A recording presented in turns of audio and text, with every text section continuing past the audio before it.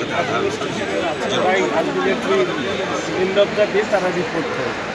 আমরা মূলত দেখতে এসেছিলাম যে মানুষের উপস্থিতি, তাদের কোনো বিষয় সম্পর্কে যদি জানবার থাকে সেটা। তো আমি দেখলাম যে বার্ধক্য ভাতা নিয়ে অনেক মানুষ এসছে এবং এসসি এসটিদের ক্ষেত্রে ফর্ম দেওয়া হচ্ছে এবং যারা জেনারেল কাস্ট তাদের ক্ষেত্রে সাদা কাগজে লিখিতভাবে আবেদন করতে বলা হয়েছে। আরেকটু ঘুরলে আমি বুঝতে পারবো প্রত্যেকটা একবার যাবো।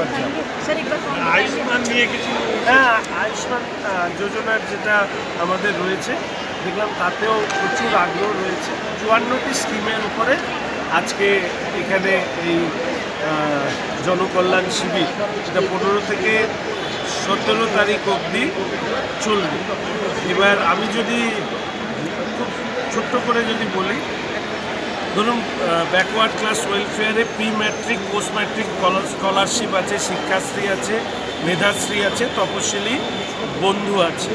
ব্যাংকের ক্ষেত্রে প্রধানমন্ত্রী জনধন যোজনা, পিএম জীবন জ্যোতি বিমা যোজনা, PM Suraksha Bima Yojana, Atal pension Yojana. Food and সাপ্লাইতে PM Garib Kalyan Anna Yojana, Rajya Khadya Suraksha Yojana RKSY 1, PM Ujjwala Yojana আছে। এরপরে হেলথে আসলে আয়ুষ্মান ভারত আছে।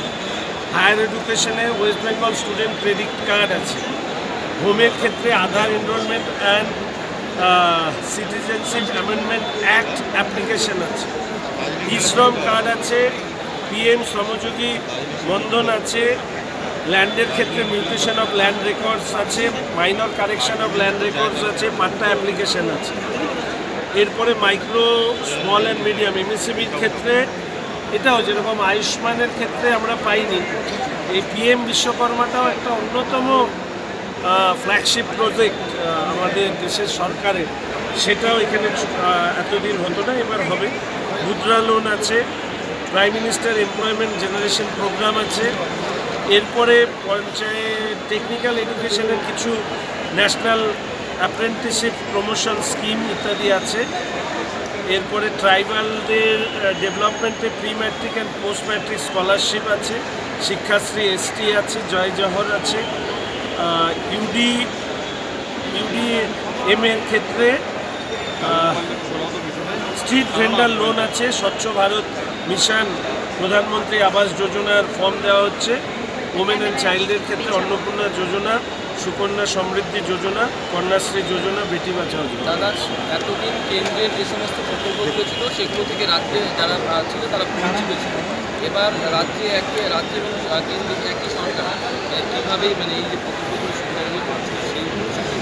দেখুন, মানুষ এটা উপলব্ধি করছিল যে এই রাজ্যে বিগত দিনে তৃণমূলের সরকার কেন্দ্রীয় প্রকল্পকে বাস্তবায়িত করতে কিছুতেই দেবে না। আয়ুষ্মান ভারত হোক, বিশ্বকর্মা যোজনা হোক, যেগুলোর ক্ষেত্রে মানুষের একটা আগ্রহ আমি দেখেছিলাম। আপনারা দেখেছিলেন যে আমি রেশন দোকানে গিয়ে দেখিয়েছিলাম যে প্রধানমন্ত্রী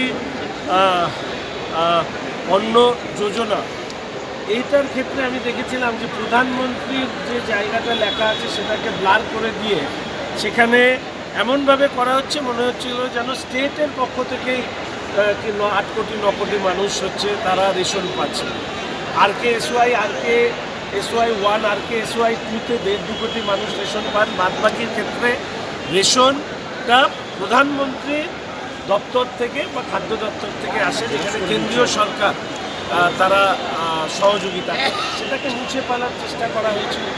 এবং আজকের দিনে দাঁড়িয়ে আমি খুশি, এই যে বারবার বলছি না ডাবল ইঞ্জিনের সরকারের স্বাদ, মাননীয় মুখ্যমন্ত্রী যে কথা বলছেন, এর থেকে যেটা হবে সেটা হচ্ছে পশ্চিমবঙ্গের রাজ্য সরকারের বিভিন্ন স্কিম, যেটা বর্তমান সরকার বিগত দিনের সরকারের যে স্কিম যেটা তারা চালু রাখবেন, যেরকম লক্ষ্মীর ভাণ্ডার কনভার্টেড হয়ে যাচ্ছে অন্নপূর্ণা ভাণ্ডার, এরকম প্রচুর স্কিম কনভার্টেড হবে। আর কেন্দ্রের সরকারের যে স্কিম এতদিন রাজ্যে চলেনি, ওই দুটো স্কিমেরই সুযোগ এবার রাজ্যের মানুষ অনুষ্ঠিত হলো। তো এই ব্যাপারে আপনি কতটা সহযোগিতা পেয়েছেন সরকারের পক্ষ থেকে বা কি? সরকার আমাদের অনেক সহযোগিতা করেছে, এটা করেছে, ভালো করেছে।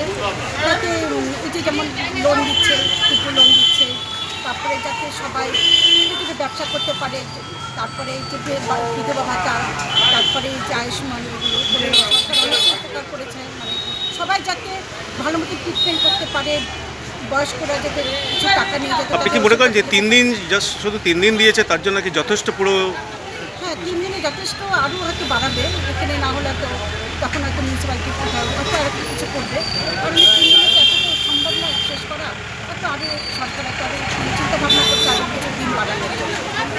বিধায়ক হিসাবে যিনি শঙ্কর ঘোষ যিনি আজকে মন্ত্রী হয়েছেন তিনি কতটা সহযোগিতা করছেন আপনার? খুবই সহযোগিতা করছে শঙ্কর ঘোষ আমাদের, মানে খুবই ভালো, মানে আমরা চাই এরকম মানুষ যেন প্রত্যেকটা ইলেকশনের যেটা মানে যে কোনো উনি যেন আগে থাকে, কারণ আমাদেরকে অনেকটা হেল্প করছে, তো আমাদের শহর কর্তৃক মতো মানে নিজের মতন করেও দেখছে। উনি হচ্ছে মানে বিধায়ক হতে পারে, কিন্তু উনি একদম নিজের পরিবারের মতন আমাদের কাছে। আপনার নাম? আমার ভারতের মজুমদার।